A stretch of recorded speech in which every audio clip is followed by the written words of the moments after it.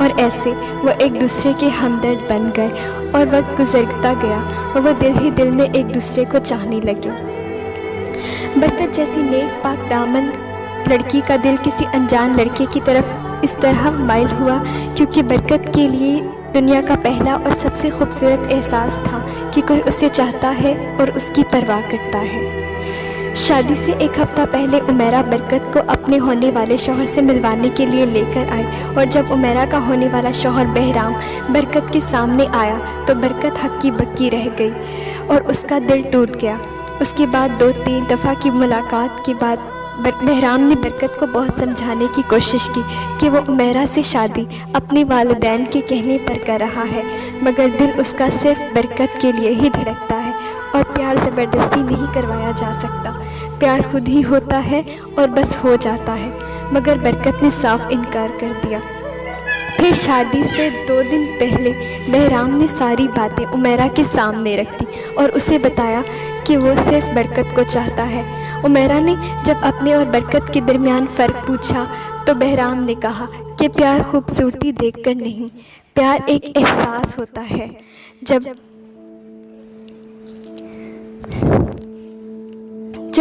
دل سے دل ملتے ہیں، ایک دوسرے کے ساتھ ہوتے ہیں، ایک دوسرے کی موجودگی کو محسوس کر کے دھڑکتے ہیں، تب پیار ہوتا ہے۔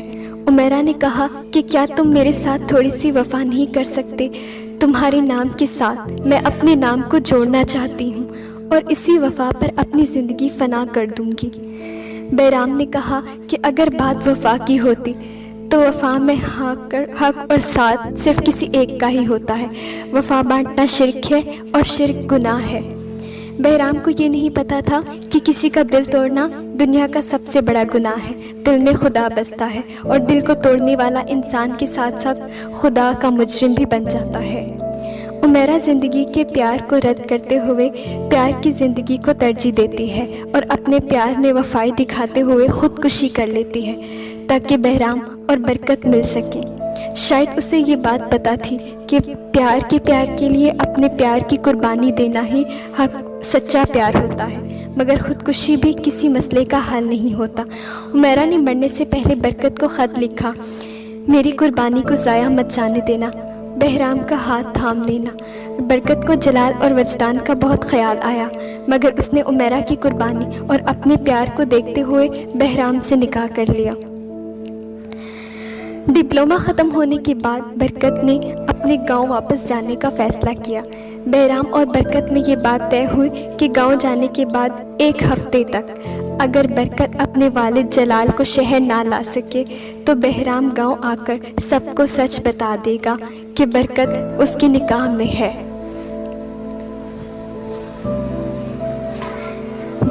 برکت گاؤں واپس چلی گئی اور گاؤں پہنچنے کے بعد کسی کو اپنی شادی سے آگاہ نہیں کیا، کیونکہ اس کے دل میں ایک ڈر تھا کہ اگر اس کے باپ کو سب پتہ چل گیا تو اسے زندہ مار دے گا۔ برکت نے 1-2 دن ٹھہرنے کا سوچا کہ وہ موقع دیکھ کر بتا دے گی مگر اگلے ہی دن جلال نے قاضی، وجدان اور اپنے کچھ رشتہ داروں کو بلا لیا۔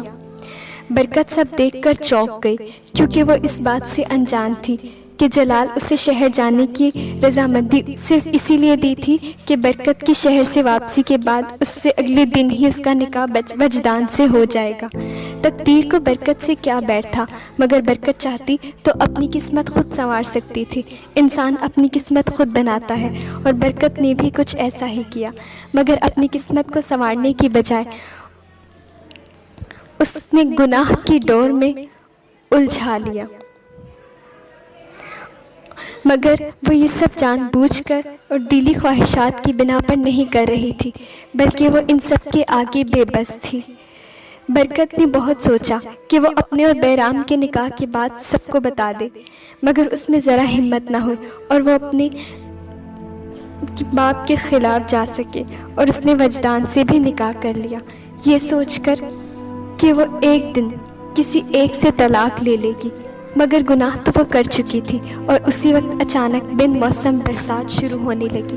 یہ بارش کیا لے کر آئی برکت کی زندگی میں، خوشیاں یا دکھوں کا طوفان؟ ایک اسلامی معاشرے کی بنیاد انصاف اور مساوات ہے۔ اللہ نے مرد اور عورت کو برابر کے طور پر پیدا کیا، مگر مختلف صلاحیت اور مختلف ذمہ داریوں کے ساتھ۔ جسمانی نفسیاتی لحاظ سے مرد اور خواتین مختلف ہیں، ان کے کردار اور ذمہ داریاں مختلف ہیں۔ اسلام میں مرد اور خواتین برابر ہیں، مگر ایک جیسے نہیں۔ اس سے اسلام نے مردوں کو ایک سے زیادہ شادیوں کی اجازت دی، مگر عورتوں کو نہیں۔ یہاں بات تقدیر کی ہے، جس نے انسان کو بے بس کر کے دوسرا کوئی راستہ نہ چھوڑا اور وہ گناہ کرنے پر مجبور ہو گئی۔ برکت وجدان کے ساتھ رخصت ہو جاتی ہے۔ ایک ہفتے بعد بہرام گاؤں آ جاتا ہے اور برکت کے گھر کا پتہ لگا کر جلال تک پہنچتا ہے۔ بہرام جلال سے پوچھتا ہے کہ برکت کہاں ہے۔ جلال کہتا ہے کہ وہ اپنے شوہر کے ساتھ ہے، اس کا نکاح میری بھانجی کے ساتھ ہو چکا ہے۔ پوچھتا ہے کہ تم کون ہو؟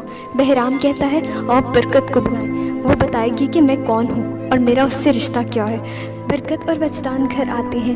بہرام برکت کے منہ پر تھپڑ مارتا ہے اور سب کو بتاتا ہے کہ یہ میری بیوی ہے اور اس سے میرا نکاح پہلے ہی ہو چکا ہے۔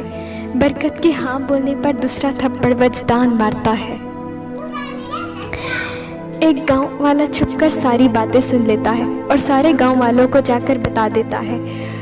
سارا گاؤں سرپنچ جلال کے گھر کے باہر جمع ہو جاتا ہے۔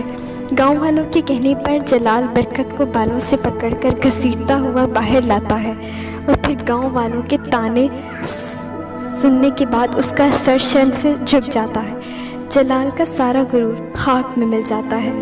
گاؤں والے کہتے ہیں کہ آج انصاف کے اس ترازو میں اپنی بیٹی کو قصوروار نہیں ٹھہراؤ گے، اس کی حقیقت یہی ہے کہ وہ بد کردار اور گناہ گار ہے۔ ایسی عورت کو طوائف کہا جاتا ہے۔ جلال نے شائستگی سے کہا کہ دو چیزوں میں کبھی رشتہ داری نہیں دیکھی جاتی، انصاف اور سزا کے ترازو میں، اور دوسرا بدلے کی لڑائی میں اگر وہ حق کی ہو۔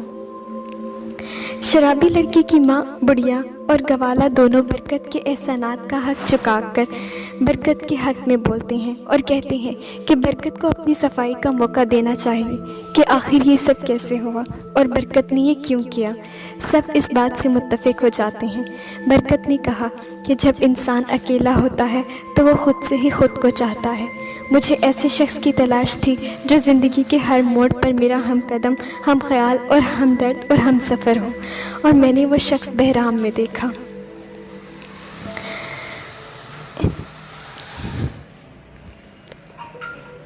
انسان اپنے علاوہ کسی سے پیار نہیں کرتا اور یہی تلخ حقیقت ہے۔ محبت بھی انسان اپنی غرض کے لیے کرتا ہے اور انسان اپنی خواہشات کو پانے کے لیے اسے محبت کا نام دے دیتا ہے۔ ہر شخص اپنی خوشیاں دوسروں میں تلاش کرتا ہے اور پھر اپنی غرض کے لیے اپنی خوشیاں اپنی محبت میں ڈھونڈ کر پیار کی زندگی کا لطف اٹھاتا ہے۔ اور میں نے اپنی زندگی میں ایسا حادثہ بھی دیکھا جہاں کسی نے اپنے پیار کی خاطر خود کو ہی ختم کر لیا، اور اس نادان کی یہ نادانی دیکھ کر مجھے افسوس یا شرمندگی نہیں ہوئی تھی بلکہ ہنسی آئی تھی، کیونکہ میں نے سوچا کہ شاید اللہ نے اسے یہ کہہ کر دنیا میں بھیجا تھا کہ جا، تجھے میں نے بنا دیا، اور دنیا میں جا کر اپنی زندگی اس کے لیے فنا کر دی جس کو میں نے ہی بنایا۔ زندگی ہم دوسروں کے لیے نہیں جیتے، خود کے لیے اور اللہ کے لیے جیتے ہیں، اور آپ کی زندگی پر صرف آپ کا حق ہے، محبت سے پہلے بھی اور محبت کے بعد بھی۔ مگر میں نے اس کی آخری بات پڑھی جو اس نے اپنے خط میں لکھی تھی، وہ یہ تھی کہ میری محبت کو اپنی محبت سے پورا کر دینا، یا تو پا لینا یا فنا کر دینا۔ پھر میں نے سوچا کہ اس کی محبت نہیں رہی تھی بلکہ عشق بن چکی تھی، جس میں عاشق اپنی محبت کو پا لیتا ہے اور نہ پانے پر خود کو فنا کر دیتا ہے۔ میں نے اس کی قربانی کو ضائع نہیں جانے دیا اور اپنی خوشیاں بہرام میں ڈھونڈ کر اپنی محبت کی خاطر بہرام سے نکاح کر لیا تھا۔ میں نے ہی بہرام سے کہا تھا کہ اگر میں ایک ہفتے کے اندر واپس نہ آئی تو وہ گاؤں آ کر سب کچھ بتا دے، ورنہ آج کل جیسی خود غرض دنیا میں کون اپنی موت کو خود دعوت دیتا ہے، اور عزت کو ڈبو کر دنیا میں جینا موت سے بھی بدتر ہوتا ہے، کیونکہ لوگ ایسے ہیں کہ وہ آئینے میں بھی خود کو نہیں بلکہ دوسروں کو ہی تصور کرتے ہیں۔ پہلے بہرام سے نکاح کے بعد جب میں گھر آئی تو اس کے اگلے ہی دن میری مرضی اور اطلاع کے بغیر میری شادی میری مرضی کے بغیر وجدان سے کر دی گئی۔ کبھی کسی نے مجھ سے نہیں پوچھا کہ میری مرضی کیا ہے۔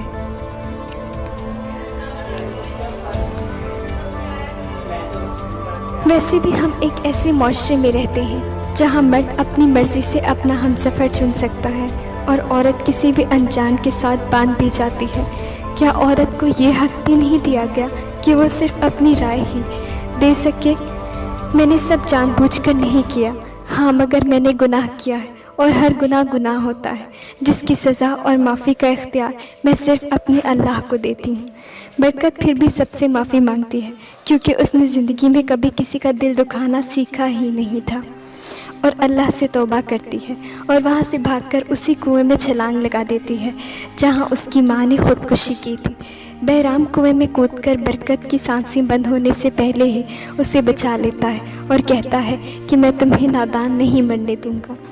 وجدان کہتا ہے کہ جب سے تمہارا نکاح میرے ساتھ ہوا ہے تب سے تم جائے نماز پر سے نہیں اٹھی تھی، اور شاید اللہ تم سے راضی ہو چکا ہے، تمہاری توبہ قبول ہو چکی ہے اور تمہیں جینے کا ایک اور موقع دیا گیا ہے، اور تمہاری اور بہرام کی محبت کو دیکھ کر میں تمہیں طلاق دیتا ہوں، تمہیں معاف کر کے میں تمہیں طلاق دیتا ہوں، تم آباد خوش رہو، میں تمہیں طلاق دیتا ہوں۔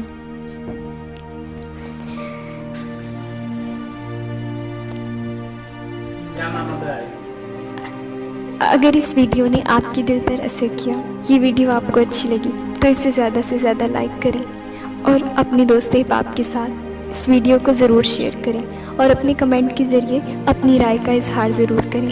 یہ تحریر سیف اللہ خالد کی لکھی ہوئی ہے۔ اگر آپ اسی طرح کی مختلف تحریریں حاصل کرنا چاہتے ہیں تو ڈسکرپشن میں دی گئی لنکس پر کلک کر کے آپ سیف اللہ خالد کو فالو کر سکتے ہیں۔ شکریہ۔